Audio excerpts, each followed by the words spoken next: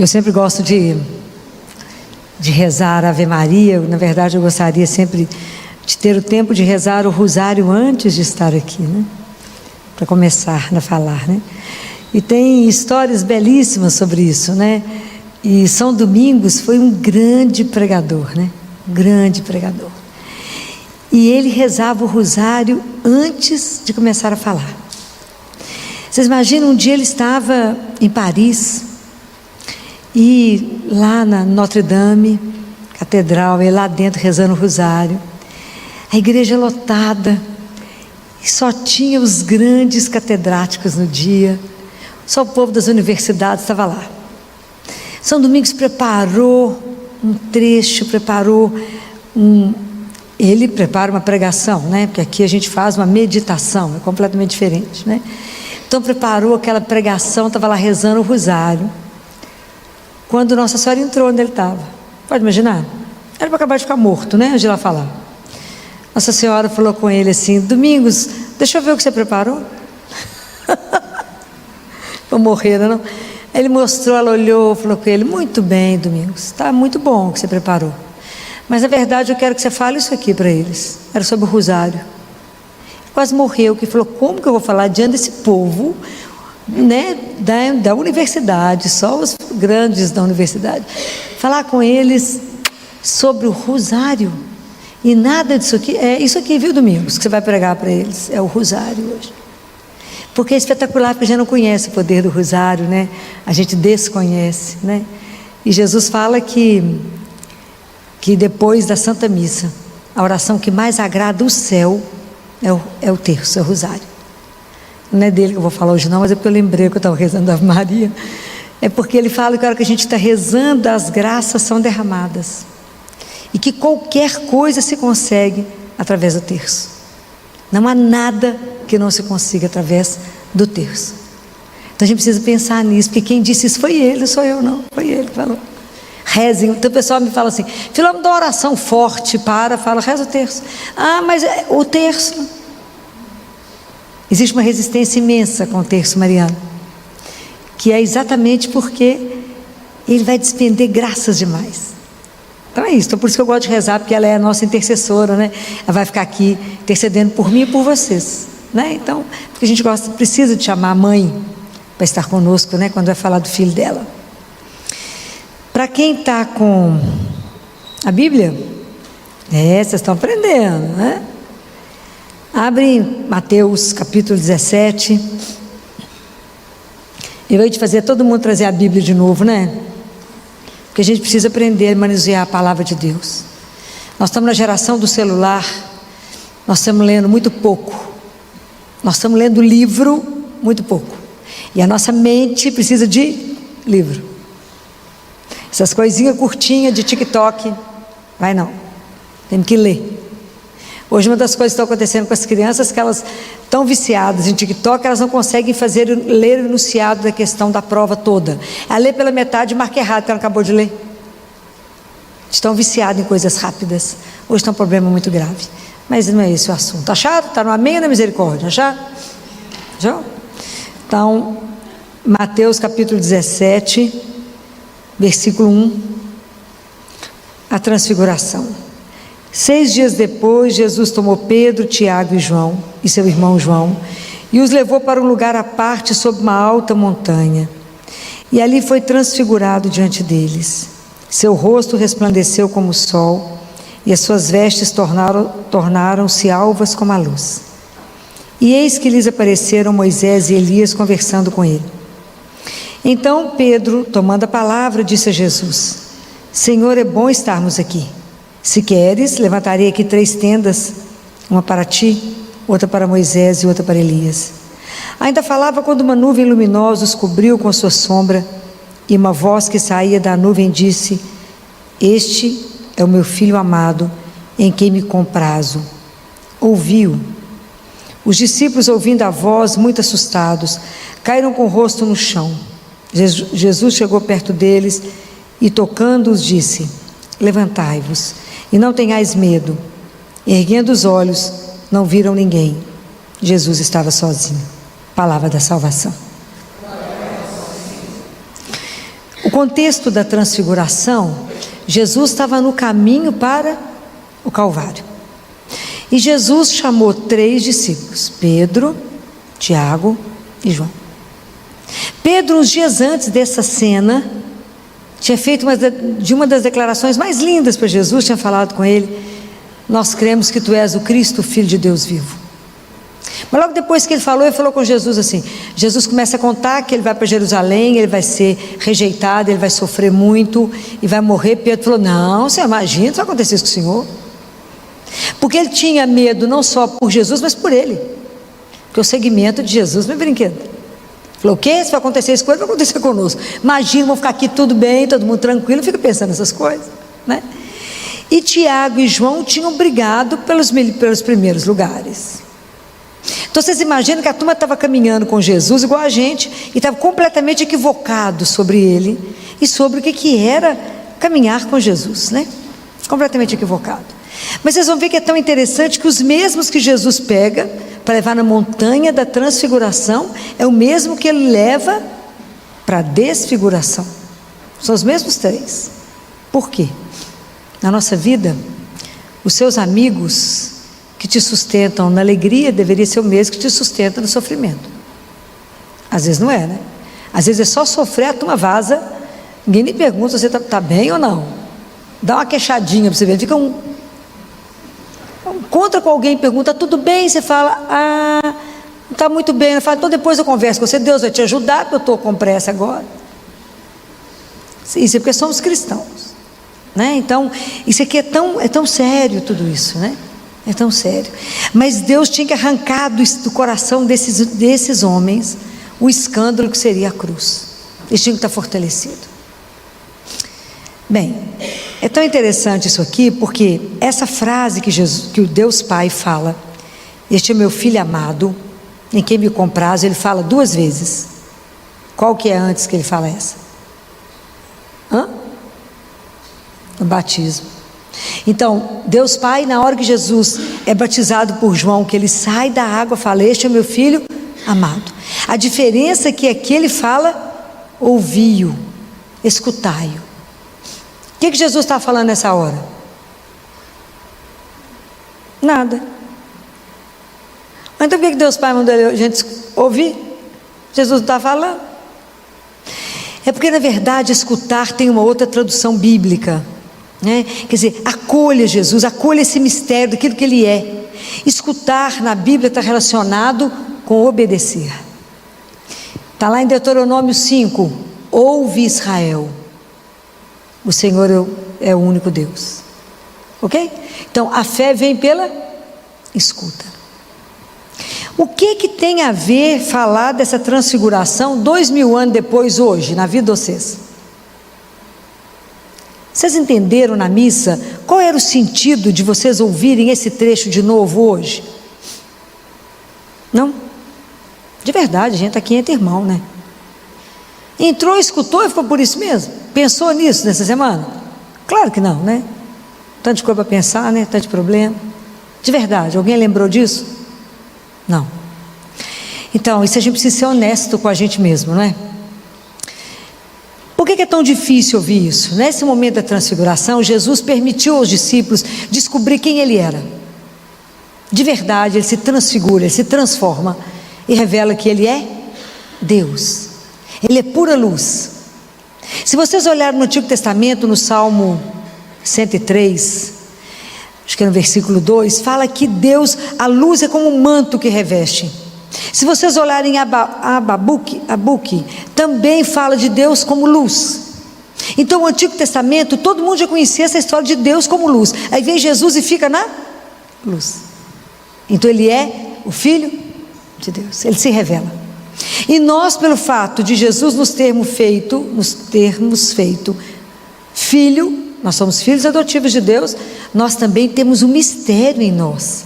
Por causa do batismo nós nos tornamos filhos de Deus, e por isso nós temos também essa consciência dessa filiação, consciência que somos amados, e por isso não somos só isso que a gente acha que é, mas nós somos um mistério a mais. Mas como que é difícil para nós entendermos que essa frase que Deus Pai fala para Jesus, este é meu filho amado, essa frase é para cada um de nós. Cada um de nós é um filho amado.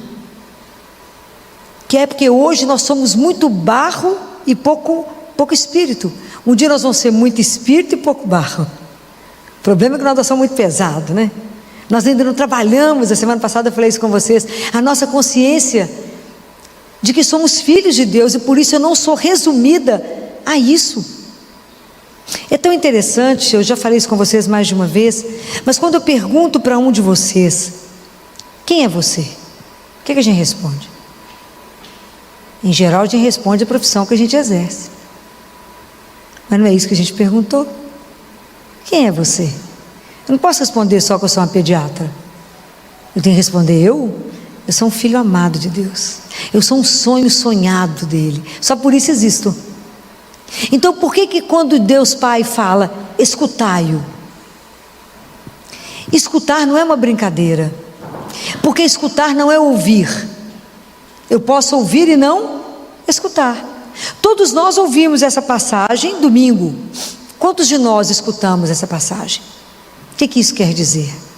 Escutar escutar exige de mim uma atitude que eu não escuto, não é com o ouvido, mas eu tenho que estar atento a essa palavra que vai me transformar, que vai me orientar na vida, me colocar na consciência de um olhar que me conduz.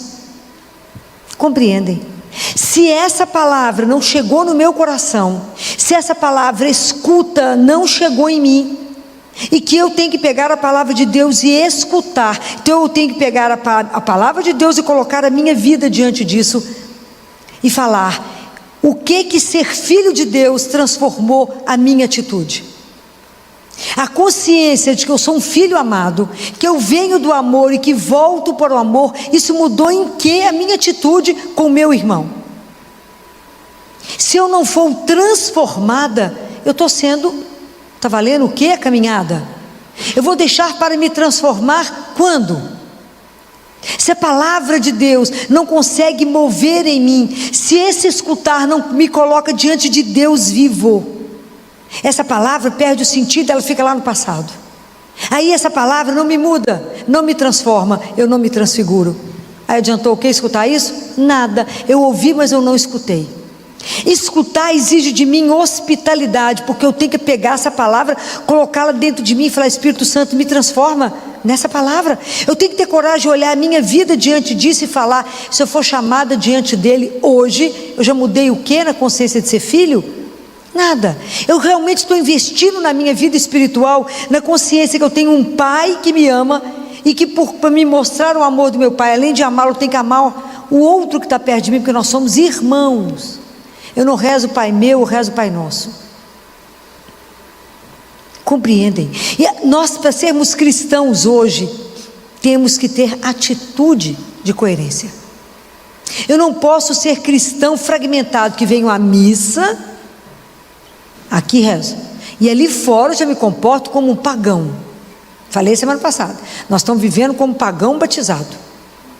É dura essa frase, mas é assim. Qual é a diferença que eu estou fazendo na vida do meu irmão, dos colegas de trabalho, dentro da minha família? Porque ter fé em Deus é muito mais do que eu ter conhecimento, de eu achar que eu sei tudo de Jesus, ou que eu não, já ouvi falar essas histórias todas, Filó, sei tudo de cor. Mas o que isso impacta na sua vida? Além de eu estar diante dele vivo, eu tenho que estar nele e com ele. É preciso que a gente pare e pense, tudo na minha vida tem Deus como princípio? Sim ou não? Senão eu digo para vocês que é tempo perdido. E tudo que vocês fizeram hoje sem amor foi tempo perdido. Compreendem? O que te mantém? Então, essa consciência de que eu sou filho de Deus, isso tem que me motivar a caminhar. Se eu sou um filho amado, eu tenho que estar transformando. Mas isso exige de nós, além da hospitalidade, exige de nós um permanecer em Deus. Exige de nós que a gente tem que sempre Estar ali exige de mim todo dia sacrifício? Exige. Eu preciso escutar isso todos os dias? Preciso. Eu tenho que dizer ao Senhor que eu pertenço a Ele todos os dias? Sim ou não? E vocês renovam isso? Porque para Deus só existe hoje. O presente. O passado está na misericórdia. E o futuro está na providência. Eu só tenho agora. Para amar e servir a Jesus, só tenho agora. Eu não tenho depois de amanhã. Então é agora que a vida me exige a minha atitude cristã. É agora. Quando Pedro viu aquele povo lá, aquela belezura, Deus falou, ele falou: vamos ficar aqui em cima mesmo, Jesus? Bobagem lá embaixo. Por que nós vamos descer e comprometer com o outro? Lidar com o sofrimento do outro, lidar com o irmão miserável, lidar com aquele que está com fome, lidar com aquele que é difícil. É duro, não é fácil não. Então eu acho, às vezes eu não tenho conhecimento ainda, eu tenho um amontoado de informação, mas eu não tenho a vivência da fé. E a nossa diferença é viver na fé todos os dias. Porque Jesus falou que viver com Ele vai nos limitar sem sofrimento. Falou? Vocês rezam que nada de ruim vai acontecer com vocês. Está escrito isso em algum lugar? Não está.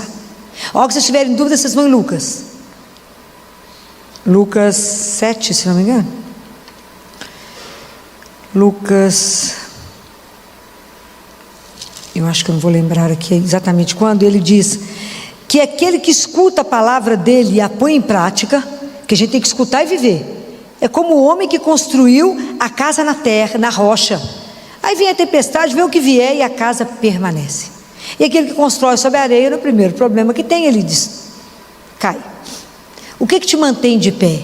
Na vida nós temos que ter uma âncora. Você tem que ter um eixo firme. Porque a hora que as notícias ruins chegarem, nós permanecemos de pé. Uma vez perguntaram para um prior, né, que é de uma comunidade monástica, que era um monge muito jovem, e disse para ele: mas por enquanto vocês estão nessa comunidade com fervor muito grande, né, na aleluia, mas vocês sabem que o sofrimento vai chegar. Sim, ele falou, sim, eu não tenho dúvida. Mas então como é que vocês, o que vocês acham? Ele falou: eu só espero que quando o sofrimento chegar, ele nos encontre na escuta do Evangelho. Prestou atenção na diferença? Então a nossa vida, ela tem que estar sedimentada na palavra. Aquilo que disse Pedro na leitura de domingo. Nós vimos ele sendo transfigurado. Nós sabemos que ele é o Filho de Deus e nós não estamos atrás de fábula. Não é uma mentira isso. Isso é a decisão da nossa vida. É sério demais. Que nós fomos criados por Deus, convocados a uma vida que não vai acabar. Somos eternos. Com que consciência você caminhou hoje?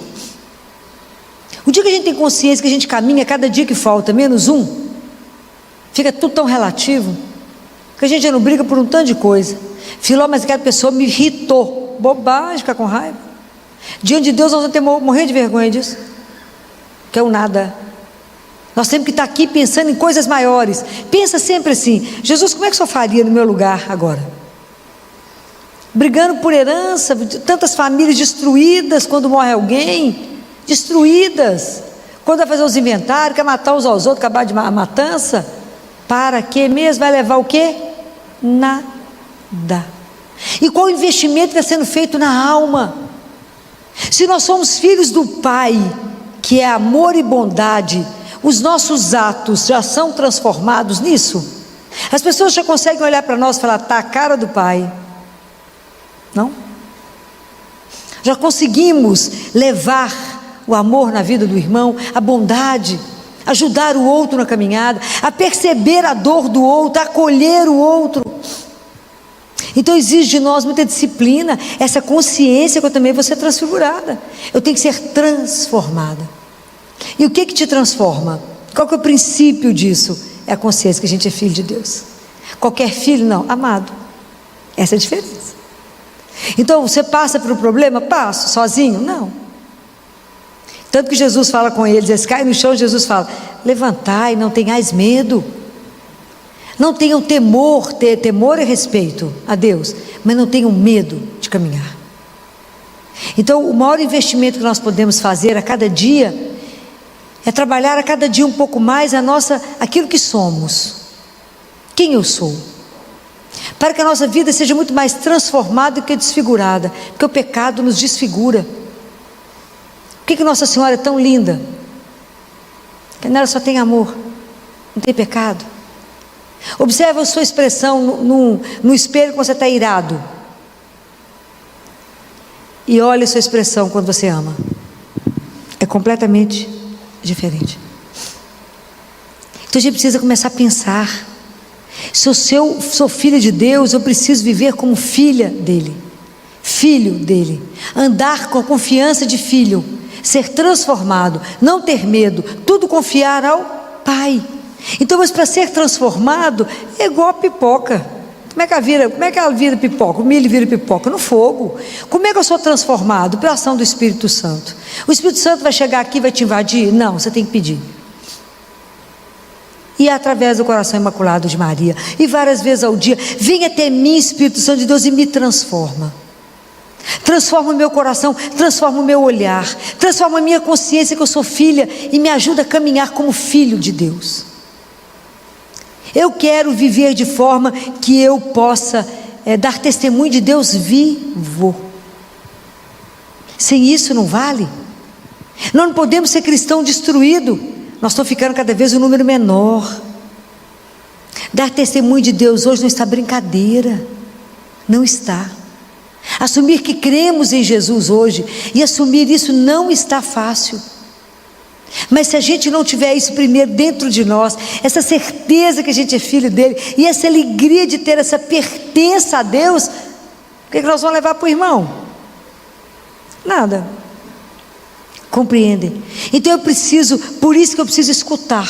Mas para escutar a Deus eu preciso de silêncio. Observem um santo. As pessoas muito santas, elas são mais caladas, fazem menos barulho. Não precisa chegar mostrando que chegou. Não tem interesse nem de ser vista. Observa a gente que chega fazendo muita confusão, muito escândalo, muito barulho. Observa caminhão vazio, como é que anda. Batendo, faz barulho. Quanto mais você está cheio de Deus, mais silêncio. Observe isso, faz parte da vida. Então, quando eu estou cheia, que eu tenho consciência dessa presença, o que eu busco fora? Nada. Preciso ser visto por quem? Por ninguém, só por Ele. Muda tudo na vida, não precisa aparecer para ninguém. Eu já estou com aquele que me olha, que cuida, que sabe, aquele que já me revelou a minha identidade. Eu que ainda não tomei consciência daquilo que sou, para poder viver naquilo que de verdade eu sou. Gente, quando você toma consciência de que você é filho do Altíssimo, quantas coisas você não aceita mais na sua vida? Milhares. Eu digo para vocês, quanto mais vocês caminharem para o centro que é Deus, mais sozinhos vocês estarão, porque o mundo gosta da confusão e da periferia. Quanto mais vocês caminharem para lá, mais som, mas ricamente acompanhado da presença dele. Então não tenhais medo. Tome consciência dessa coisa espetacular que Deus fez para cada um de nós, é ser filho. E não ter desistido de nós, quando eu penso que Jesus permaneceu aqui conosco, na Eucaristia que vocês acabaram de receber, na palavra que sustenta, nessa palavra que hoje, quando ele falou com Pedro, né? Pedro falou: é o Senhor mesmo, então me manda andar na água. Fico imaginando Pedro que pescou tanto, andou tanto em alto mar, e Jesus manda ele andar em cima daquela água. Uma coisa surreal. Quando ele ficou com medo, Jesus fala: homem de pouca fé. Uma coisa para nós hoje. Como que a gente tem medo, como que a gente acredita, mas desconfiando, como que eu não acredito nesse amor incondicional de Deus? Por isso a gente vive deprimido, vive triste, vive acabrunhado, vive com medo de tudo, fala: mas será que vai dar certo? Meu Deus, mas será? Que luta. Senta ali, conversa com quem pode, como filho, chega lá e fala: que eu vim trazer um negócio para o senhor, entrega, fala: estou esperando a sua orientação, ele vai conduzir. Simples, a vida fica tão mais leve, tão mais simples. Tira os remédios de levantar, os remédios para ficar de pé, os remédios para dormir. O que é isso? Para. Olha a nossa cura. Ele é a cura. Ele que nos põe de pé, Ele que nos dá o ânimo, Ele que fala coragem. Tem algo tão lindo para vocês. Senhor, eu estou sofrendo, tem dor. Mas eu posso curar. Eu posso aliviar, eu posso te dar um outro sentido. Porque a morte não vai ter a última palavra. O sofrimento não, ele pode nos transformar se a gente permitir. Porque eu consigo olhar para o outro melhor. O médico ferido é o médico que melhor cura, que é capaz de dar compaixão, é capaz de se olhar no outro e se ver. Hoje é tão interessante que o mundo está nos tirando a empatia. O TikTok, eu estou implicada com ele, né? Mas é porque ele é complicado. Ele é tão ardiloso que o objetivo dele é destruir. É para que você não pense, vai fazer uma geração de zumbi. Não pense, apenas consuma.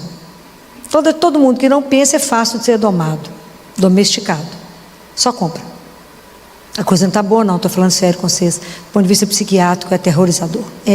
Não é brincadeira. Quem tem filho tem que começar a negociar a desinstalação disso. Eu fiz um podcast agora com o Belisário, que é um grande psiquiatra, que ele está apavorado. Não é brincadeira. Uma das doenças mais graves da psiquiatria, que ficava guardada nos livros, hoje ela já se manifesta, que é a dissociação do mundo real com o virtual. De repente alguém olha para você e fala: você não é minha mãe, sabia? Você é uma impostora que foi colocada aqui. Pode imaginar a consequência disso? Eu mato. Você não é minha mãe, não é meu pai. E ele é sutil, né? Destrói devagar. Não é uma brincadeira. Os meninos estão adoecendo, nem sabem mais por quê. Não consegue sentir. Hoje faz parte da anamnese, a gente vê quantas horas de tela. Outro dia uma menina passando muito mal no meu consultório, que ela não sabia explicar o que era. Ela tinha 9 horas e 28 minutos de TikTok. O dia só tem 24. Nem ela viu, nem ninguém viu. 9 horas e 28 minutos. Então nós estamos com uma geração doente. E no meio disso eu falo com vocês, somos filhos de Deus. Nós não precisamos disso para a gente ser feliz. Nossa felicidade não está aí. Porque o TikTok está gerando nos meninos um tédio, porque eles não têm mais prazer na relação uns com os outros, sentar e conversar e bater um papo. O prazer é rápido e fugaz, rápido e fugaz, rápido e fugaz, então as relações serão nenhuma, líquidas. Essa é a construção que está sendo colocada nos adolescentes e em muitos adultos viciados. É seríssimo. Aí nesse momento eu chego para vocês e falo: você é um filho amado, imagina quem é que está interessado em ouvir isso. Então é por isso que é preciso que a gente seja tão transformado que as nossas atitudes revelem a presença de um Deus vivo e carregar em nós a alegria de pertencer a Deus e saber que não vivemos no acaso, que existe algo antes do nosso nascimento e depois da morte, que a vida não encerra no nada. Mas para isso, esse tem que ser construído primeiro dentro de cada um de nós e saber essa alegria de pertencer a Deus. Então isso aqui tem que nos incomodar. Tem que pedir a Jesus a graça de escuta, pedir a Ele a graça do silêncio, porque Deus não vai falar no barulho. Parar muitas vezes, ficar sentado horas ali diante dele. Horas. Um dia eu fiquei sentada diante dele 3 horas. Assentada, fica lá diante dele. Falei: estou te olhando, só me olhando, até nós chegar numa conclusão. Meu marido falou: 6 horas da tarde para continuar aí. Falei: já estou aqui desde as 3. É ali que resolve. É ali, é com Ele que resolve. Fala: Jesus, é aqui, me dá a graça de me silenciar, porque fechar a boca não é difícil não. Difícil é silenciar e domar tantas feras que habitam em nós. Até a gente domar todas, para permitir que Deus fale, até a gente conseguir entender como é que Deus fala, porque Ele vai falar como eu estou falando com vocês, até entender e até ouvir. Por isso é um exercício de resistência. A escuta. Escuta é exercício de resistência. Nem é sentar lá e falar: não, já está bom. Não. Às vezes gasta 3 horas, 4 horas. É preciso fazer com que isso seja uma rotina para nós. De verdade, seja um momento de um encontro. Escutar. Isso é uma das coisas mais preciosas da nossa vida. Poder ouvir. E que Deus nos conceda essa graça de não só ouvir, mas escutar no mais profundo de nós. para que essa palavra nos transforme, nos oriente, nos confirme a direção, e que a gente tenha a mesma certeza de Pedro. Eu não creio nem em fábula. A história de Jesus não é a história da carochinha, é real, é a nossa vida, é a nossa história, é de uma beleza louca. Eles foram testemunhas oculares, e é essa fé, a nossa fé apostólica, que cremos nesses homens que tiveram a graça de estar diante dele. Então, que Nossa Senhora, que foi aquela mulher que teve que escutar o mistério, né, gente? O mistério. Quando ela ficou 9 meses com Deus dentro dela. Isso é uma loucura, isso. Quando o anjo dá o anúncio e ela acolhe esse mistério. Imagina quanta coisa ela teve que ouvir e meditar. Que ela interceda por nós, na nossa miséria. E nos conceda de Deus as graças que a gente precisa na nossa caminhada espiritual. Porque nós queremos ser transfigurados, nós queremos ser transformados pela graça de Deus, nós queremos aprender a ouvir, a meditar a palavra que vai ruminando em nós, até gerar vida e transformação de vida. Ela foi completamente transformada, que ela peça ao Senhor por nós, para que a gente também na nossa vida espiritual, não seja só ouvir a missa, não seja só vir o grupo de oração, não seja só fazer uma novena, mas ser transfigurados pela palavra, e que nessa noite a gente tome posse disso. Eu sou filha, eu sou um filho amado, e por isso eu tenho que ser transformado, porque Ele espera de mim uma atitude de bondade, de amor, que esse mundo aguarda. Muitas pessoas irão chegar até Ele por causa da sua atitude, não pela sua palavra, mas pelo seu ato, pelo seu olhar, pela sua acolhida de amor, que era o mesmo que Ele faria, porque nós somos irmãos. E às vezes o outro ainda não teve a oportunidade de sentir um amor de Deus dessa forma. Se você já sente esse amor, que você seja capaz de abraçar o outro que ainda não sente, falar com ele: coragem, de pé, você também é um filho ou uma filha amada. Você irá compreender isso enquanto a gente caminha junto. Que Deus nessa noite, derrame sobre nós as bênçãos que a gente mais necessita para a nossa caminhada espiritual, sobre a intercessão tão poderosa de Nossa Senhora, que ela interceda por nós junto a Deus, para que cada um de nós nessa noite possa ser transfigurados pela palavra. Vinde, Espírito Santo, vinde por meio da poderosa intercessão do Imaculado Coração de Maria, vossa amadíssima esposa. Vinde, Espírito Santo, vinde por meio da poderosa intercessão do Imaculado Coração de Maria, vossa amadíssima esposa. Vinde, Espírito Santo, vinde por meio da poderosa intercessão do Imaculado Coração de Maria, vossa amadíssima esposa. Amém. Obrigada.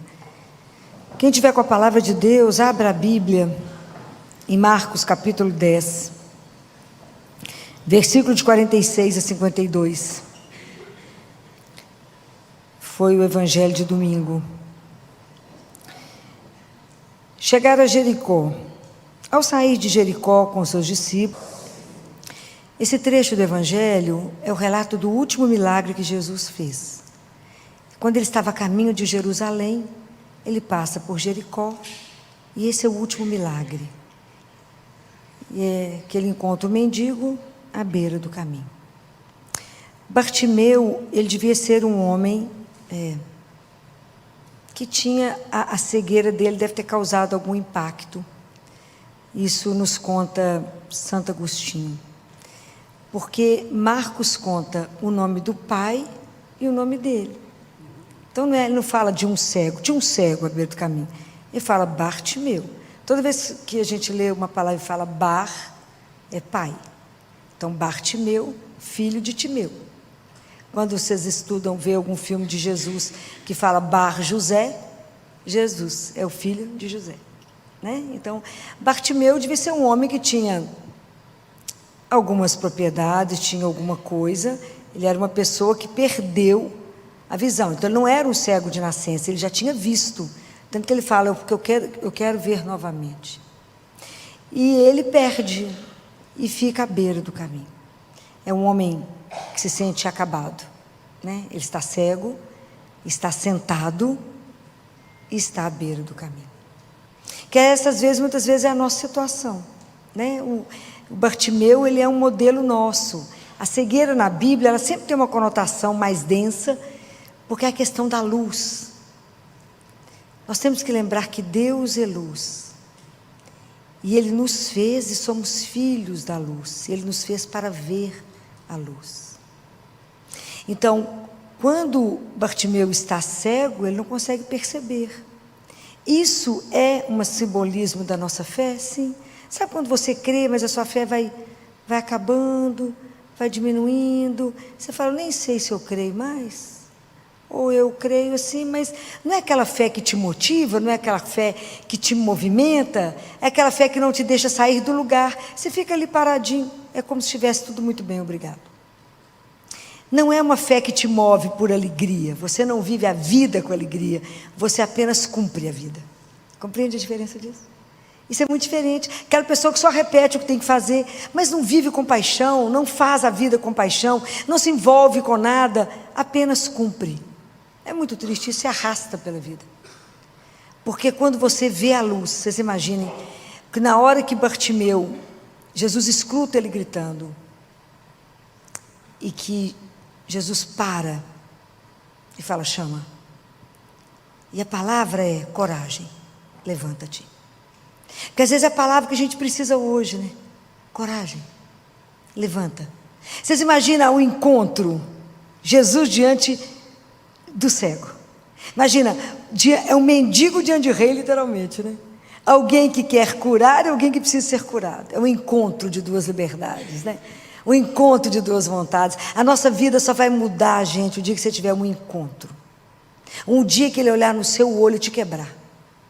Esse dia, você vai ser uma antes e um depois. Não tem jeito. A nossa fé, ela, para poder crescer, ela precisa de um encontro. E o encontro não é com uma ideia, é com uma pessoa. Não tem jeito. Não tem jeito de eu acreditar porque você acredita. Eu acredito porque eu encontrei com ele. Ele olhou no meu olho e eu fui quebrado. Senão, não. Senão eu vou estar sempre vivendo com o personagem do passado. Jesus é real, agora vivo. Ele permite esse encontro hoje. Quando eu leio a palavra, isso aqui é ele disfarçado. Quando ele fala conosco, Bartimeu, sou eu hoje. Sua fé está fraca, é sua fé que precisa ser movimentada. E é tão interessante que, claro que Jesus sabia o que ele queria. Quando Jesus pergunta para ele, que queres que eu te faça? Claro que Jesus sabia. Mas isso aqui tem um sentido maior. É lindo isso, porque Deus quer que o filho dele responda e fale com ele o que ele quer. Eu quero voltar a ver a luz. Eu quero voltar a ver o meu Deus e meu Senhor. Eu quero, por dignidade que eu tenho, porque eu sou filho do Altíssimo, estar de pé e pedir aquilo que me é de direito pedir. Eu quero ver a luz.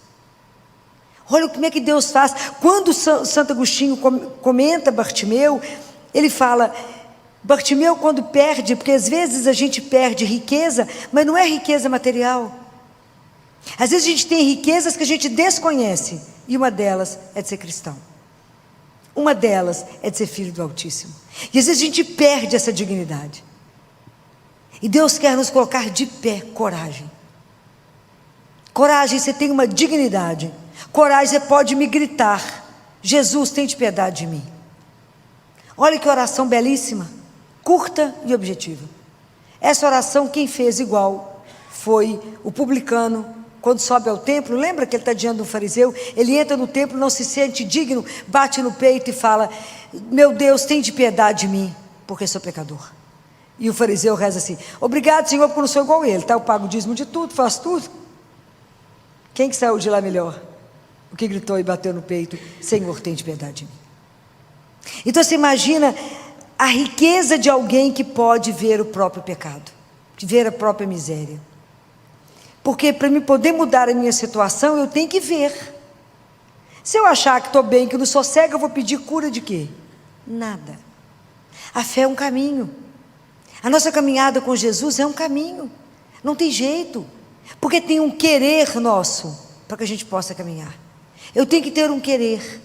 Eu tenho que buscar por isso, porque não tem jeito de você ter um encontro com Jesus e não dar testemunho disso, porque você é invadido por uma alegria que não te pertence.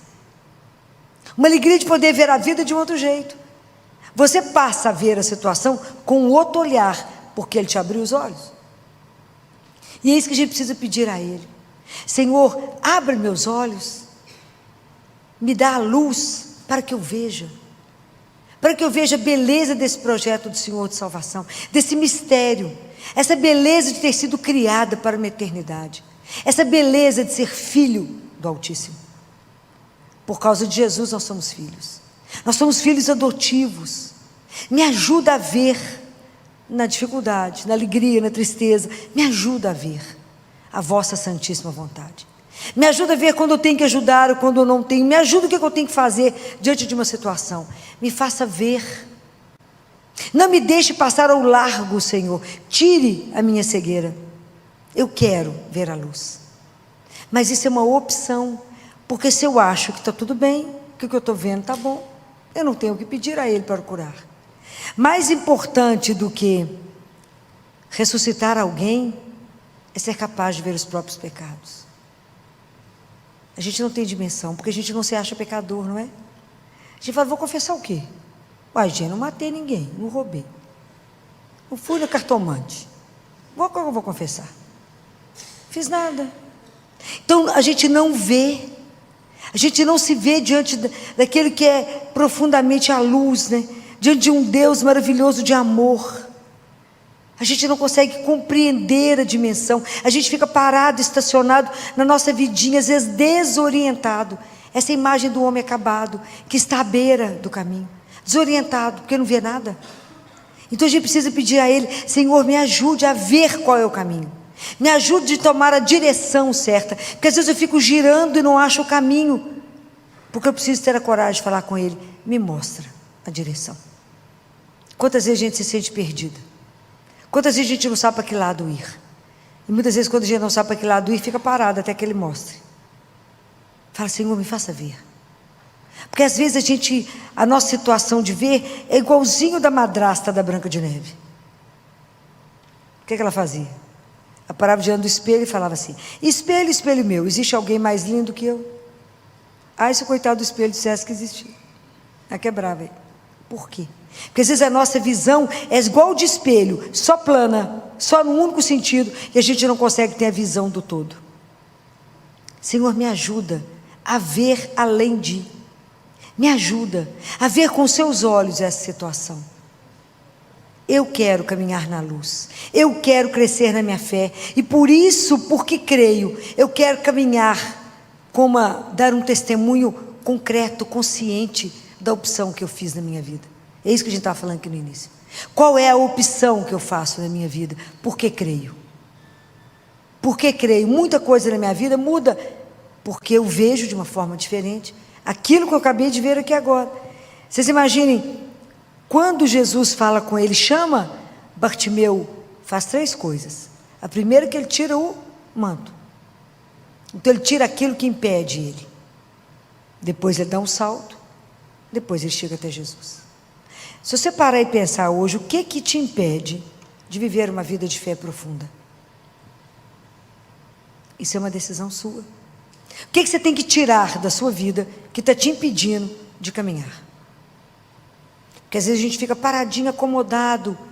Aí a gente tem que tomar uma decisão, mas essa decisão, ela é pessoal. Eu não posso tomar decisão por você. É pessoal. É você que tem que querer. É você que já tem que ter escutado, e a partir daí eu tenho que tomar uma decisão. Eu quero andar nos passos dele. E eu digo que não é fácil andar nos passos de Jesus, porque eu tenho que ter um discernimento o tempo inteiro dele. Jesus, é aqui o caminho? É por aqui que eu tenho que ir? Porque nós somos cegos, a gente não enxerga, a gente não vê nada. Quisera Deus nos dar a graça de perceber aquilo que a gente não vê. E nós somos uma geração que às vezes precisa de ver para crer. A gente precisava de não ver.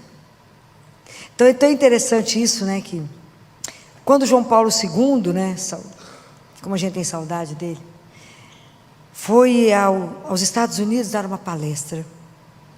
Vocês imaginam um papa chegando nos Estados Unidos para dar uma palestra e ir numa catedral?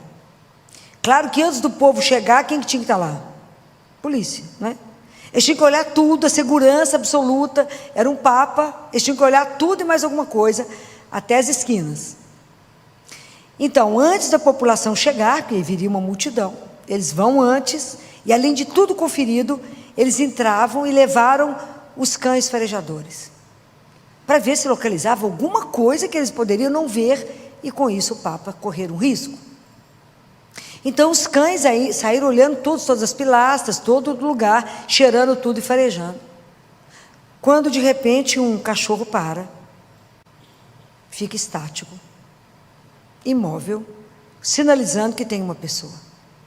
E aí o treinador dele vem atrás, e esse cachorro está parado diante do sacrário, revelando que tem uma pessoa. E nós entramos e saímos, e não prestamos atenção. Não é de assustar? O cachorro fica parado,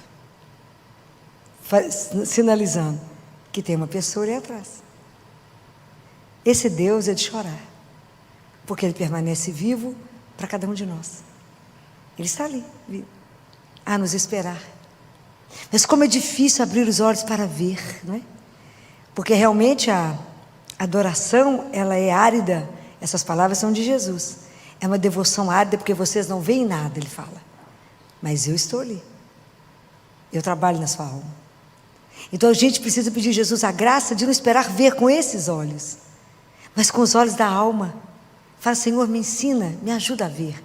Me ajuda a acreditar, me ajuda a ver na minha vida o que hoje me impede de dar um salto em direção ao Senhor. O que me impede de me entregar? Quais são as amarras que eu tenho? Quais são os apegos que eu tenho? Quer dizer, eu tenho apego que eu não quero abrir mão para poder viver de verdade uma vida de fé. O que hoje nos impede de viver com alegria imensa de saber que somos filhos do Altíssimo? Que só de saber que temos um Pai que nos espera, um Pai que cuida de nós, um Pai que nos ama sem igual. O que te impede de acreditar de verdade que você é amado? O que te impede de acreditar num amor que cuida de você? O que anda te fechando os seus olhos, para que você não veja? Fala: Senhor, me dê essa decisão. Ele ainda era cego, eu dei um salto. Me ajuda a ter, além de ver, me dê um ouvido atento para te ouvir. Mas além de abrir os olhos para ver, o ouvido para ouvir, me dê um coração que queira te obedecer. Porque eu quero viver de verdade uma vida cristã. Eu quero de verdade estar comprometido com o seu santo nome. Eu quero de verdade ter uma vida cristã. Eu quero de verdade poder dar testemunho do Deus que eu creio. Mas se Ele não nos ajudar, não tirar, como que vamos enxergar? Não vamos. Mas primeiro eu preciso reconhecer e não deixar Ele passar. Santo Agostinho fala uma coisa assim: Deus hoje vai me visitar, eu espero estar em casa. Peça a Ele: Senhor, me dê a graça de estar, me dá a graça de estar em mim. A casa que Santo Agostinho está referindo é a gente mesmo. Nós vivemos num mundo que nos busca para fora. É preciso querer entrar porque Deus habita. Fala: me ajuda, aonde estiver, poder falar com o Senhor, rezar. Me ajuda aonde estiver, me ajuda. Eu quero fazer um caminho de verdade cristão. De verdade, Senhor. Eu quero dar testemunho que eu fui batizada. O batismo é o caminho da iluminação. Eu quero, assim como Bartimeu deu testemunho e depois que foi curado andou atrás do Senhor, eu quero seguir seus passos, mas sem a sua graça eu não vou conseguir. Então vamos pedir a Nossa Senhora, né, pela intercessão dela, que ela hoje olhe para nós, as nossas misérias, na nossa dificuldade de crer, porque é tanto amor, é uma história tão bela. Esse mistério da salvação é algo tão encantador, é algo que um dia nós vamos ficar tão perplexos. Que ela que viveu tudo isso, que acreditou, né? Maria foi aquela que acreditou sem provas. Eu fico pensando em quantos sims ela falou. Fico pensando que mulher é ela. Ela me emociona. Maria, ela me emociona. Uma menina que disse sim, que acreditou. E porque acreditou, Deus pôde fazer na vida dela o que Ele quis. E a gente, porque não acredita, Deus fica impedido de realizar na nossa vida o sonho dEle. Porque a gente põe limite a Deus. E a única coisa que Deus não pode é mudar a nossa liberdade. Ele nos deu, Ele nunca vai tirá-la. Então, se a gente falar com Ele, você só pode vir até aqui, Ele fala, ok. Ele nunca vai nos invadir. Nunca. Mas nós corremos o risco de não viver em plenitude aquilo que Ele sonhou para nós. Então, eu não gostaria que a gente frustrasse o sonho de Deus. Eu falo isso muito com Ele. Não me deixa ser uma filha adotiva ingrata. Mas me ajude a reconhecer esse Pai amoroso que cuidou. Que cuida a cada instante. Que nos ama. Me ajuda, né, a viver e deixar o Senhor fazer o que o Senhor quiser. Como um barro na mão do oleiro. Deixa só fazer e refazer. E que Nossa Senhora, que foi essa mulher que acreditou. E acreditou, eu fico imaginando nas horas mais difíceis. Eu fico imaginando ela grávida, quando ela fez o caminho para Belém, dormindo ao relento. Andando, qual grávida daria conta de andar em cima de um burro? Sem reclamar. Acreditando, sem saber o que ia acontecer. Eu quando vejo hoje cada criança que a gente aperta, né, aqueles nenenzinhos mais apaixonantes, e penso, Jesus veio assim. E ela devia olhar e falar assim, como é que você vai salvar o mundo, meu Deus? Que plano é esse? E esperou 30 anos com o silêncio dele. Porque hoje não voltou para falar, agora o próximo passo é... Fico imaginando a angústia deles quando tiveram que fugir para o Egito. E era uma fuga rápida, mas ao mesmo tempo com pressa, era devagar e com pressa, tudo ao mesmo tempo, porque eles não conheciam o caminho, tiveram que tomar um caminho paralelo. E tinha que ser rápido, porque estava cheio de guarda. E na chegada ao Egito teve bandido que ameaçou. Quanta coisa essa menina, esse casal viveu com o menino. Sem saber, mas acreditou. Eu falo com ela, me ajuda a acreditar, mesmo diante do impossível. Mesmo diante daquela situação que fala, não tem saída, quando ela recebeu ele morto nos braços. Pode imaginar. Quando ela viu ele sendo crucificado. Quando ela viu ele carregando uma cruz. E ela sabia quem ele era. Eu fico imaginando o que foi acreditar nessa hora. Que o filme do Mel Gibson relata ela segurando as pedras, apertando na mão até acabar a crucificação, quando ela solta as pedras. E ela não jogou na cabeça de nenhum romano. Mas ela esperou. Hoje eu dizia, quem acredita em Deus não desespera, espera. Mas é preciso de muita graça, é muita graça que precisamos para acreditar, quando a gente não vê nada. Então a gente fala, eu creio, põe o pé, Deus porá o chão. Eu creio, Deus, a gente põe o pé e Deus põe o chão. E assim a gente constrói a nossa história. É uma história de dizer sim a Ele todo dia, de todos os dias renovar o eu creio, Senhor, mas aumenta a minha fé. Eu creio, mas me fortalece. Eu creio e peço a Nossa Senhora, me ajuda a acreditar. Quando a senhora pôs ele morto no braço, eu devia pensar naquilo que Gabriel falou, o reino dele não terá fim. Mas como ele está morto, todo machucado, e ela beijando aquelas chagas. A primeira adoradora das chagas de Jesus foi ela. Sem saber o que ia acontecer. Mas acreditando, sozinha, porque o resto sumiu. Acreditando, não tinha onde encostar, pode imaginar isso? Ela não tinha quem encostar para chorar. Permaneceu firme. Essa fé ninguém nunca mais vai ter. Mas é preciso que a gente, como filho, peça a ela, me ajuda a acreditar, porque na minha vida tão simples, tão nada, mesmo que seja um nada, que Deus possa fazer aquilo que Ele sonhou. Mas se a Senhora não me der, não interceder por nós, a Senhora que é nossa mãe, como a gente vai conseguir? Mas que ela nos dê a graça de também perceber a passagem de Jesus e gritar, Jesus, Filho de Deus, tem de piedade de mim. Tem de compaixão da minha miséria, do meu nada. Me ponha de pé, Senhor. Restaura a minha dignidade de filho de Deus, de cristão. E fala, coragem. Levanta-te, o que te espera é sem preço. Louvado seja nosso Senhor Jesus Cristo. Seja louvado. Jesus diz a um místico que a gente deveria repetir essa oração várias vezes ao dia que a gente acabou de fazer. que a gente deveria chamar o Espírito Santo várias vezes. Vocês têm hábito de chamá-lo durante o dia? Não, né? A gente esquece, né? Antes das reuniões, antes das grandes decisões, antes de fazer alguma coisa, chame por ele, mas através do coração imaculado de Maria.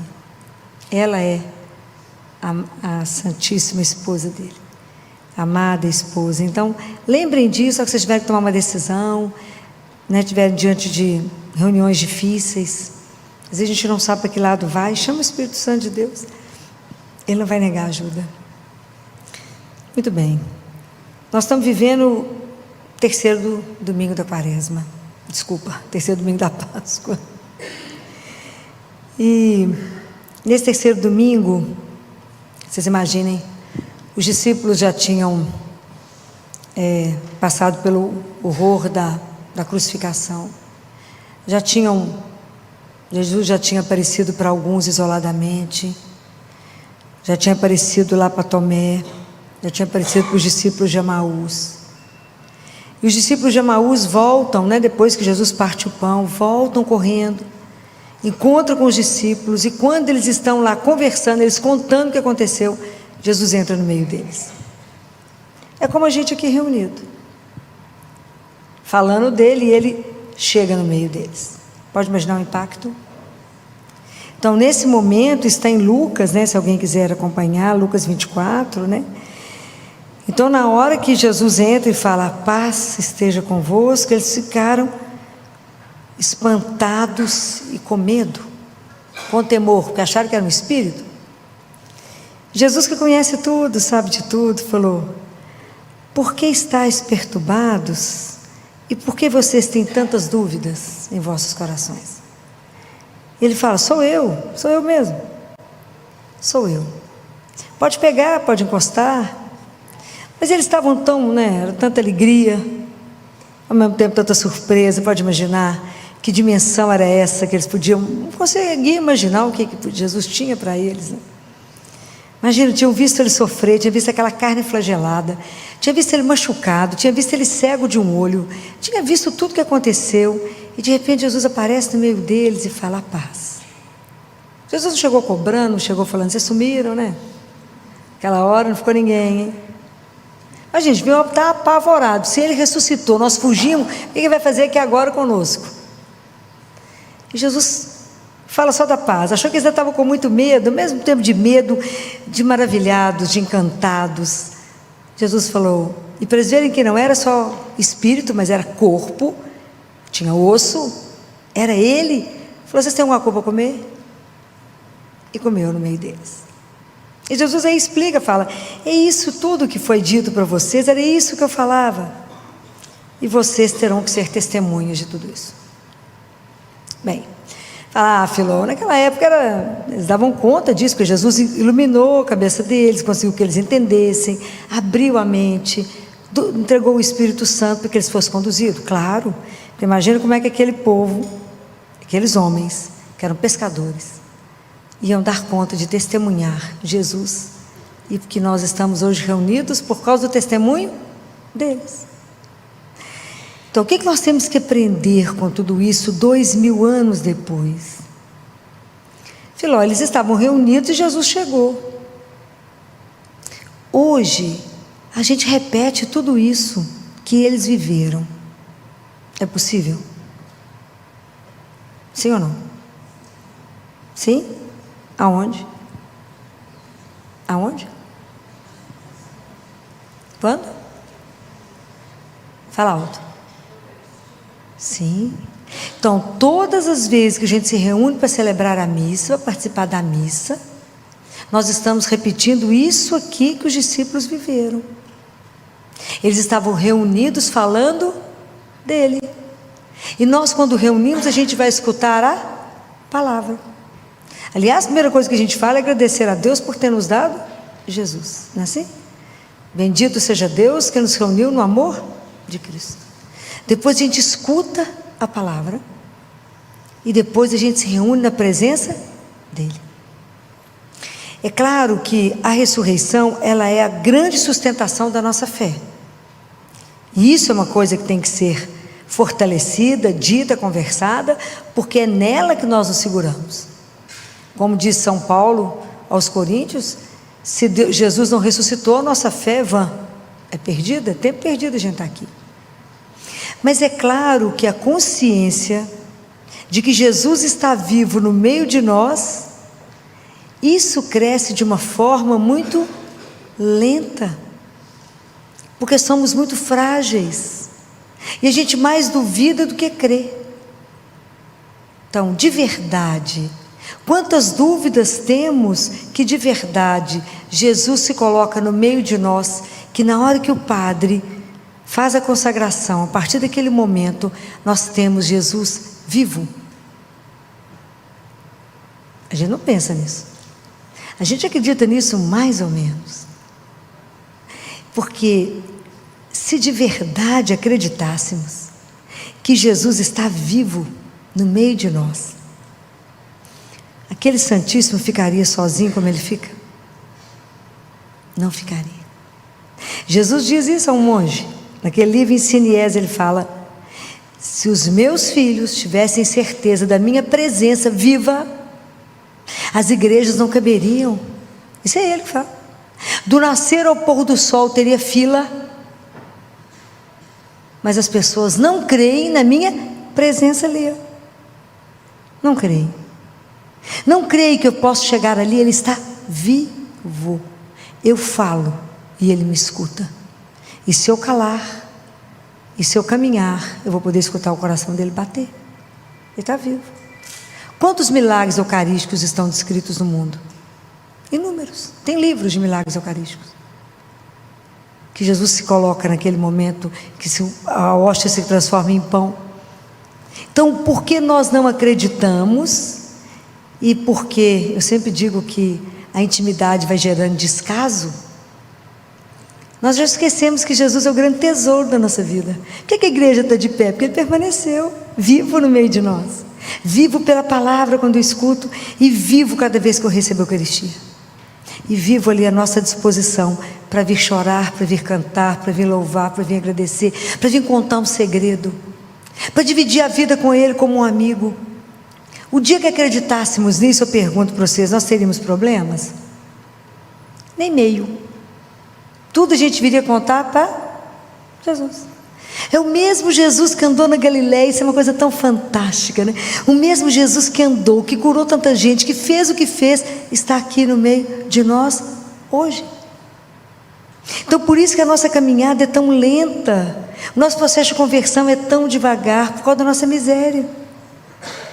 A gente vive nessa, igual os discípulos aqui, ó, num estado de encantamento e ao mesmo tempo um estado de: será que é verdade? E quantos duvidaram já, e quantos padres duvidaram, e quantas, o milagre de Lanciano, exatamente por causa da dúvida do sacerdote que olhou e falou: será? E aí, na hora, o pão se transformou em carne, e foi mandado para estudar pelos cientistas, e eles mandaram para o mosteiro escrito: o verbo se fez carne. Isso é fibra cardíaca, e o sangue era sangue humano, O positivo. Que até hoje faz 5 coágulos, tem o mesmo peso junto e separado, dissolve, coagula. Esse milagre se repete todo ano. Está lá exposto, é só ir lá ver. Mas a gente duvida. Então por isso a gente vem comungar e não presta atenção onde estamos indo. Quando o ministro passa, a gente continua sentado, a gente não levanta e se reverencia, e é Jesus vivo. E a gente vem comungar e traz um cachorro e segura ele no colo, o tempo do cachorro pegar na hóstia. Não pega porque eu coloco dentro da boca de quem traz aqui com o cachorro. Perdemos a noção do sagrado. E eu pergunto para vocês: é possível vivermos sem a Eucaristia? Não é Ele a nossa força, é o nosso sustento. Ele é nossa vida, é o ar que a gente respira, é o nosso amor. Como é que eu posso ser transformado se eu não me encontro com Ele? E como é que eu posso ser testemunha dEle se Ele ainda para mim não é vivo? Como que eu posso testemunhar a beleza de caminhar com Deus que é vivo? Como eu posso testemunhar isso? Apenas se eu experimentar. E Jesus é de uma delicadeza tamanha que Ele permite que a gente possa experimentá-lo. Que a gente possa fazer uma vida na companhia de alguém que nos quer muito e nos ama muito. É só desejá-lo, é só querer. O dia que a gente pensar de verdade, que eu tenho a oportunidade todos os dias de encontrar com Ele, de conversar com Ele, eu deixaria de missa diária? Jamais, jamais, as igrejas não caberiam. Mas a gente acostumou, está errado. É preciso que a gente deixe de ser morno, é preciso que a gente volte ao primeiro amor, é preciso que a gente se converta, é preciso que a gente tenha uma alegria que inunde o nosso peito, é preciso que a gente tenha coragem de dizer: eu estou indo ao encontro do meu Senhor. Todos os dias eu tenho a graça de poder ser alimentada por Ele. Já imaginou que a gente pode receber isso? E por que não vamos? Porque não cremos. Crê mais ou menos. O pessoal fala assim: vamos à missa? À missa? Sim, vou me encontrar com o Senhor. Eu vou ouvir a palavra e vou me alimentar do meu Deus, daquele que me transforma, daquele que me carrega, daquele que tem um projeto imenso na minha vida, que se eu não atrapalhar Ele cumpre. E eu hoje, por causa da vida que eu levo com Ele, eu posso testemunhar, e carrega essa alegria de ter Ele conosco. Compreendem como a gente precisa de assumir de verdade a nossa fé, e de assumir que somos hoje as testemunhas de Jesus, como os discípulos foram um dia. O mundo não precisa de palestra, não precisa de discurso, o mundo precisa de testemunho vivo. Por que o mundo é tão dividido assim? Porque nós, como cristãos, não vivemos isso. Nós primeiros temos que adorar a Jesus, que é o amor da nossa vida. A gente deveríamos começar o dia diante dele de joelho, para pedir a bênção, a orientação, a luz, mostrar o que a gente gostaria de fazer hoje, falar: está de acordo com o seu projeto? Senhor, eu estou aqui para vos amar e vos servir, só preciso de mim para ter a vida voltada para Ele, saber que caminhamos, a gente vem do amor, caminha no amor e voltamos para o amor. Então isso tem que estar na companhia de quem? Dele. E abandonamos Ele, e a gente se apega naquilo que não te dá sustentação. A gente vive de mentira, de ilusão, quando Ele é real. Quanto tempo a gente perde, quanta tristeza carregamos, quanta mágoa no peito, quanta dificuldade, porque nos falta coragem de vir aqui e falar: oi.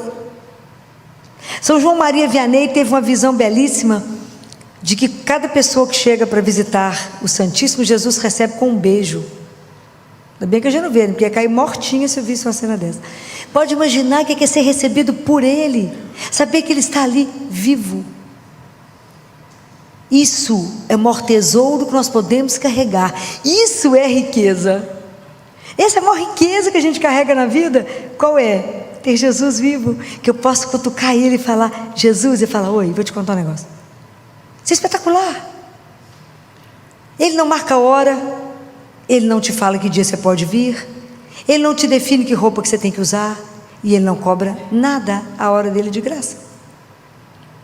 E Ele fala assim: quando você vier, traga para mim os seus problemas, a solução eu as tenho. Olha que coisa espetacular, que eu posso chegar perto dele e falar: Jesus, eu vim te contar esse problema. O senhor falou que era só para contar? Então tá bom, então o problema está dado. A partir de agora eu estou por sua conta, já não tem mais problema nenhum, porque o Senhor vai resolvê-los. É essa confiança. O que mais ofende a Deus? A nossa desconfiança nesse amor. Então é preciso ter a coragem de cantar no mundo, essa certeza de que a morte não tem a última palavra. Então vocês imaginam quando os discípulos puderam ver que aquele homem na cruz que morreu estava vivo, comendo? Como é que é isso? Essa é a proposta que Ele trouxe para nós. Isso que Ele veio revelar, que somos filhos do Altíssimo e que a nossa vida é eterna. Então hoje, quando vocês escutaram a palavra de Deus hoje no Evangelho, falava: eu sou o pão da vida, eu sou o pão que desceu do céu para trazer vida. É porque a gente confunde vida com subsistência. Deus é o pão da vida. Ele me alimenta porque Ele quer cada um de nós com Ele eternamente. Mas nós não temos essa dimensão. Então por isso ficamos tão presos só naqui e agora. E Deus Pai fala assim: parece pão, não parece? É branquinho, parece pão, tem gosto de pão. E Ele fala para Catarina: Catarina, quem percebe que não é pão é os sentimentos da alma. É Ele que percebe que não é pão, mas que é o próprio Deus. Porque a Eucaristia é o alimento da alma. A palavra de Deus é o alimento da alma. O nosso corpo se alimenta de comida. Mas quem nos carrega é a alma. É a que menos a gente cuida. A gente faz ginástica, maravilhoso. A gente vai nutricionista, maravilhoso. Faz preenchimento, né? Estica, encolhe, faz o que quer, né? Gasta com as plásticas, gasta. Não estou falando para não fazer, não. Gastamos com tudo. Mas gastamos o que na alma? E é ela que eu vou apresentar em primeiro lugar. No momento da morte, a nossa alma vai direto para Ele. O povo está lá te arrumando, você já está lá diante dele. Isso é imediato. E nós vamos levar o quê? Para Jesus, que ele é tão preocupado com os botox lá de fora, como com os botox na alma. Estou falando mentira? Não, não estou. Como que investimos pouco na alma, porque não acreditamos que a vida espiritual é real. É real. Nós vamos hoje dar testemunho de Jesus no mundo hoje, que está tão difícil falar da fé, não é fácil. Não é brincadeira. Então por isso é que vocês têm que experimentar esse Deus vivo. Eu não posso dar para vocês a alegria de estar com Ele todos os dias e falar: Jesus, só viu isso? Jesus, só me ajuda nisso? Falei: mas você é dependente assim? Sim, eu tinha que dar o telefone para uma pessoa importante. Eu ajoelhei e falei com ele: Jesus, estou precisando de ligar para tal pessoa, o senhor está de acordo? Como o senhor não falou nada, o negócio é o seguinte: eu vou ligar, se ele atender, o senhor está de acordo, se o senhor não atender, está tudo certo. A pessoa atendeu, eu falei: então o senhor está de acordo, legal. É difícil, mas tudo você expõe para Ele. Mas isso você vai contar? Vou, tem que contar tudo, porque eu pertenço a Ele, a minha vida é dele, e eu vou ter que acertar com Ele. E eu não quero perder tempo com, como ele fala com a Gabriele: Gabriele, não perca tempo com as bagatelas daqui. Bagatelas, é assim que ele chama as nossas coisas. Essas bagatelas, Gabriela. Comece a pensar nas coisas do alto. Comece a pensar, e pensa com alegria que um dia nós vamos nos encontrar. Pensa com alegria que quando você ele fala: sabia que você ainda não nasceu? Ela fala: não, você não nasceu para mim. Quer dizer, a nossa morte. Que hora que você chegar aqui, que você abrir a porta, sou eu que estou do outro lado. Você de morrer, só de pensar. Então se preparar para esse dia. E Deus Pai fala para Catarina: eu devolvo o corpo para vocês. Vocês nem vão sentir falta, mas eu dou ele de volta. Isso é maravilhoso, pensar numa coisa dessa. Que aquelas pessoas que eu amo, que porque eu amo eu permito que vá, um dia eu irei revê-las. Essa é a promessa. Porque ele voltou para falar: aqui eu estou vivo. Por que vocês estão aflitos com o quê? Eu falei: Senhor, mas é muita alegria, é isso mesmo. Eu vos convido a viver uma alegria. E no meio das dificuldades, no meio das provações, a gente possa dar testemunho que Ele é vivo. E que a morte não tem a última palavra, ela é a penúltima.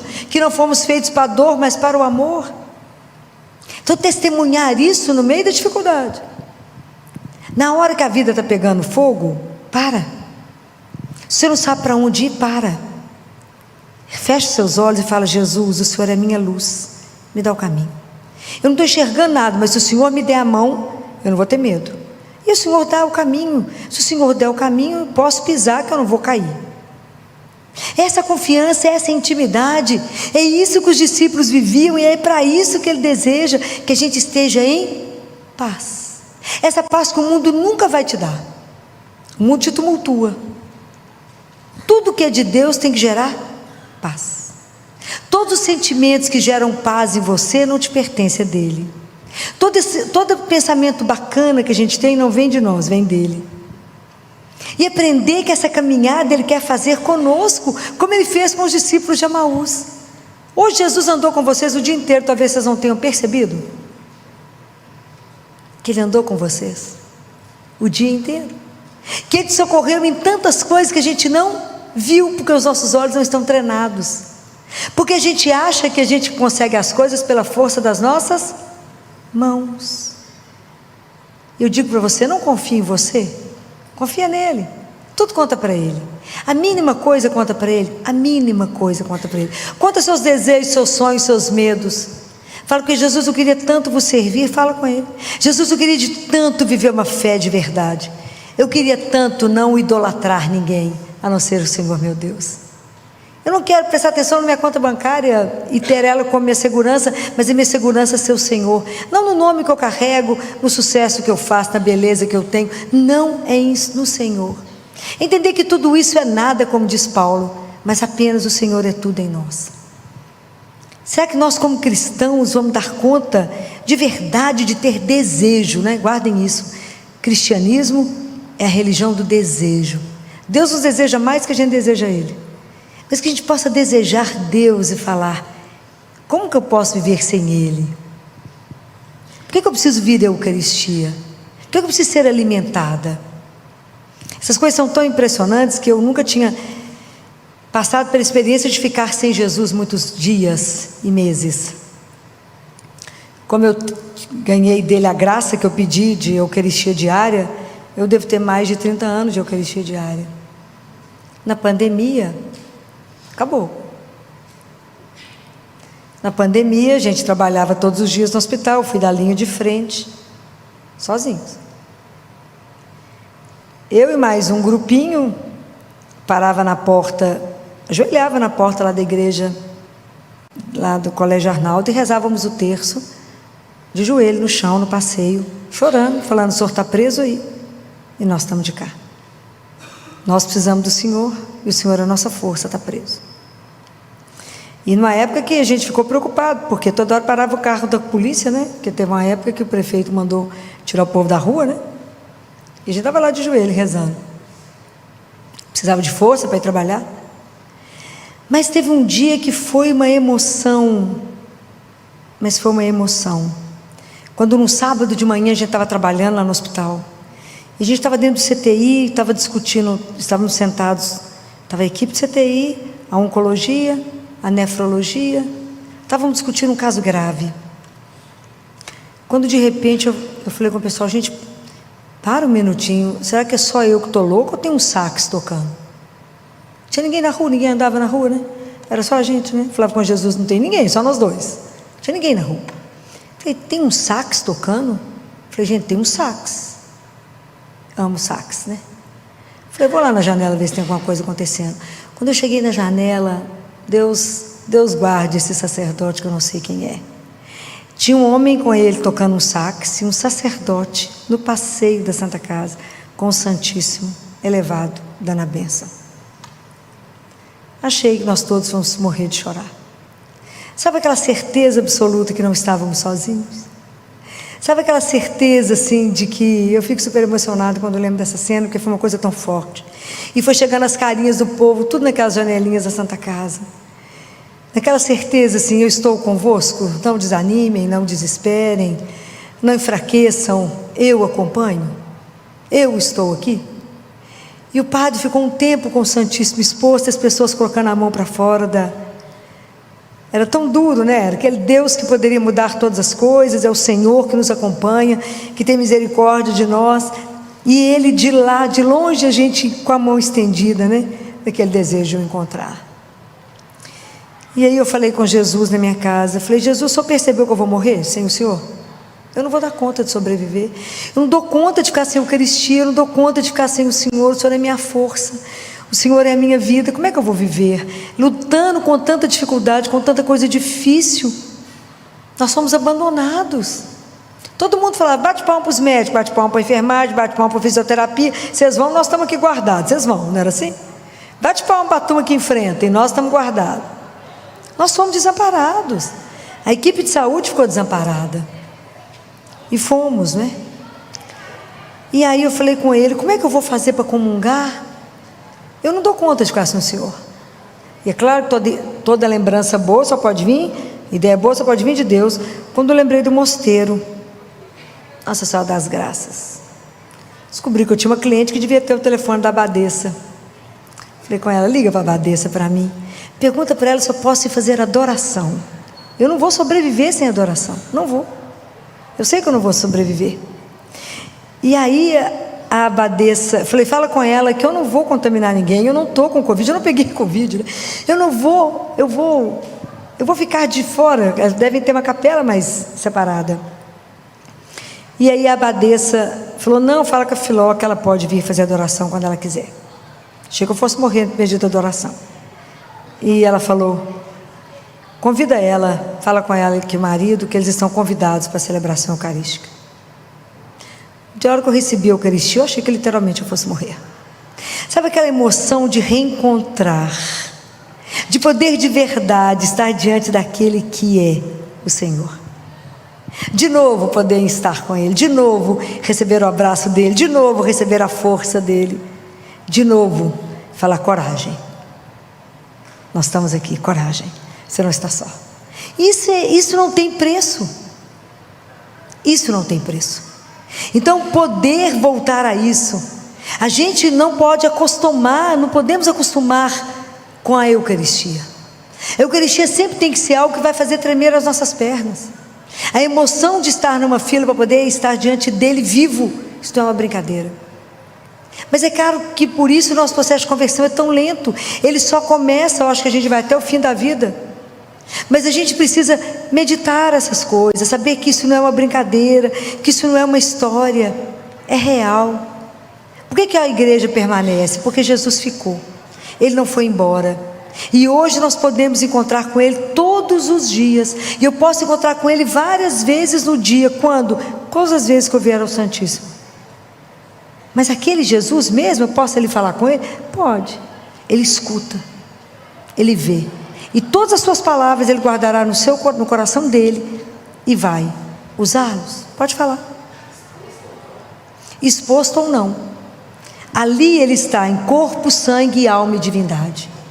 Então tem um santo que fala assim: Senhor, faz de mim um inseto muito pequenininho para que eu possa passar na fechadura, e quando eu estiver lá dentro, me faça tão grande que eu nunca mais possa sair.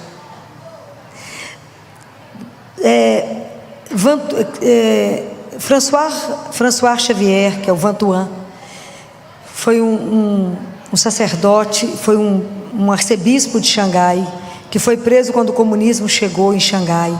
Os padres e as freiras foram levados para as lavouras, as igrejas foram incendiadas, as livrarias católicas foram incendiadas, e ele foi preso. E ele ficou preso 13 anos num lugar que não tinha nem janela. E aí, quando ele foi preso do jeito que ele estava, não tinha nada. Depois de alguns dias perguntaram para ele se ele tinha algum remédio para tomar. E ele falou: eu tenho problema de estômago.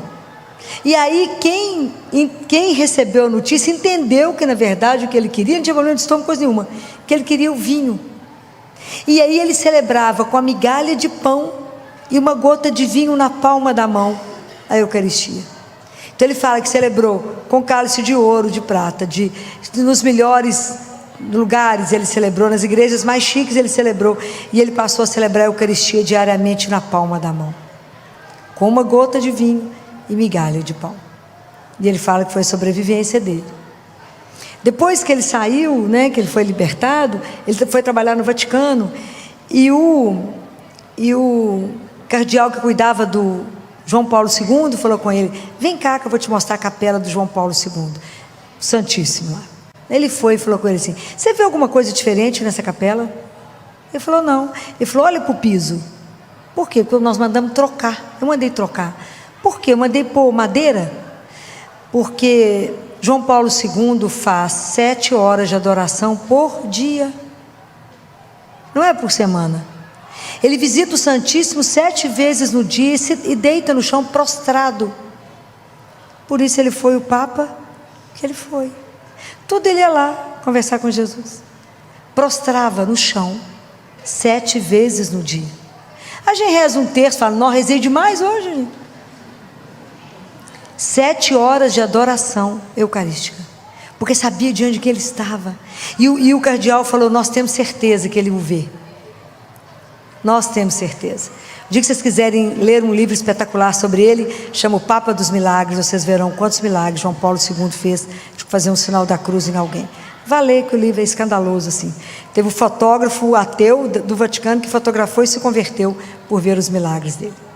Que depois ele ficou sabendo, depois ele ia atrás e via os milagres. Mas por quê? Porque era Deus vivo com ele. É quando a gente caminhar com ele, quando a gente fizer uma unidade.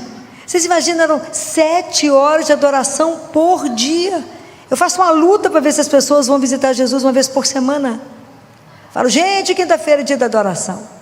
Vai ver Jesus, vai visitar. Então nós precisamos de entender que nós temos um tesouro, que é a nossa força, a nossa vida, e tudo sem restrição eu posso dizer, e tudo eu posso dividir, posso pedir luz, posso pedir sabedoria e falar: me ajuda, eu não sei o caminho, eu quero voltar para casa, eu não quero vos ofender, eu não quero vos magoar, eu quero vos servir, eu não quero pecar, me ajuda. Você acha que ele vai negar a graça? Não vai. Então eu preciso que de verdade a gente assuma a nossa fé, de verdade a gente viva a nossa fé, de verdade. Fala: Senhor, eu sou frágil, exatamente porque eu sou frágil e tenho consciência da minha miséria, que eu posso ser sua discípula. Eu posso andar atrás do Senhor, não sirvo para nada mesmo, mas o Senhor serve, o Senhor pode. Então não vamos perder isso, que esse terceiro domingo da quaresma, da Páscoa, e essa semana que nós estamos vivendo, vamos pedir a Jesus a graça de ter amor ao Santíssimo Sacramento, de adorá-lo vivo ali na Eucaristia, mesmo que a gente não veja, não vamos ver, mas fala: Jesus, me ajuda, eu creio, mas venha de encontro à minha pouca fé. Eu creio, Senhor, que o Senhor está nas mãos daquele sacerdote, mas venha de encontro. Aproveita quando o sacerdote levantar a hóstia, como eu pedi a ele uma vez, eu posso dizer a vocês, eu falei: Jesus, aproveitando a sua santíssima presença, me dê a graça, eu preciso da missa diária. Foi assim que eu consegui. Eu preciso, o Senhor não precisa de mim, mas eu não posso viver sem o Senhor, me ajuda, me dá um jeito de fazer missa diária. Ele deu. Então assim, se a gente precisa pedir, aproveitem na hora que o sacerdote está ali, aproveitem a hora que vocês vêm aqui e falam com ele: me ajuda. Você acha que ele vai negar? E ele falou: quando vocês vierem, eu só quero, não programa o que você tem que dizer, é um encontro de amigos, assim que ele chama. Eu falo: gente, que oportunidade nós temos de poder chamá-lo de amigo, e ao mesmo tempo de meu Senhor, é aquele que divide até o café, mas ao mesmo tempo eu digo: meu Senhor e meu Deus. Só Ele poderia nos oferecer essa dádiva. Então não percam isso. Isso é o maior tesouro que nós podemos ter, que nada possa tirar de você. Se você ainda não consegue missa diária, mas que você não perca a oportunidade de assistir missa, e jamais perder a missa do domingo, jamais. Peça a Ele a graça. Fala: Jesus, eu preciso dessa graça, eu preciso me alimentar, eu preciso ter disposição, preciso ter alegria, eu preciso, me ajuda. Somente Ele pode nos dar isso. Então que a gente possa viver isso para poder ser testemunha de um Deus vivo. E eu quero terminar com um poema de Vantuan, e ele nos diz assim: só Deus pode dar a fé, mas vós podeis dar o vosso testemunho. Só Deus pode dar a esperança, mas vós podeis dar a confiança aos vossos irmãos e irmãs. Só Deus pode dar o amor, mas vós podeis ensinar os outros a amar. Só Deus pode dar a paz, mas vós podeis espalhar sementes de unidade. Só Deus é o caminho, mas vós podeis mostrá-lo aos demais. Só Deus é a luz, mas vós podeis fazê-la resplandecer aos olhos de todos. Só Deus é a vida, mas vós podeis dar aos outros vontade de viver. Só Deus pode fazer aquilo que parece impossível, mas vós sereis capazes de fazer aquilo que é possível. Só Deus é suficiente por si mesmo, mas Ele prefere contar conosco. Quando Jesus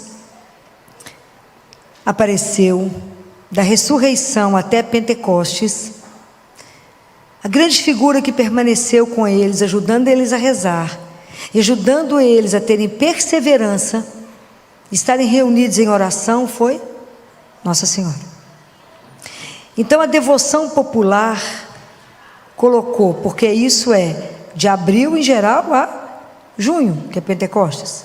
No meio de abril a junho é o mês de maio. Então a devoção popular colocou o mês de maio como o mês de Nossa Senhora. porque ela é sempre quem nos ajuda a permanecer em Deus. É ela que nos ajuda nos ensina a obediência, é ela que nos ensina a amá-lo, é ela que nos ensina a adorá-lo, e ela que nos ensina que depois de adorá-lo e de amá-lo, a gente vai em direção ao irmão. Mas primeiro eu estou com ele, eu me alimento dele para depois estar com o outro, como Madre Teresa. Madre Teresa ficaram algumas horas em adoração e depois ela ia trabalhar. Primeiro ela se enchia do amor dele para depois levá-lo aos outros. Não tente mudar a ordem, porque não dá certo. Até para ajudar alguém eu preciso de Deus. Tudo a gente precisa dele.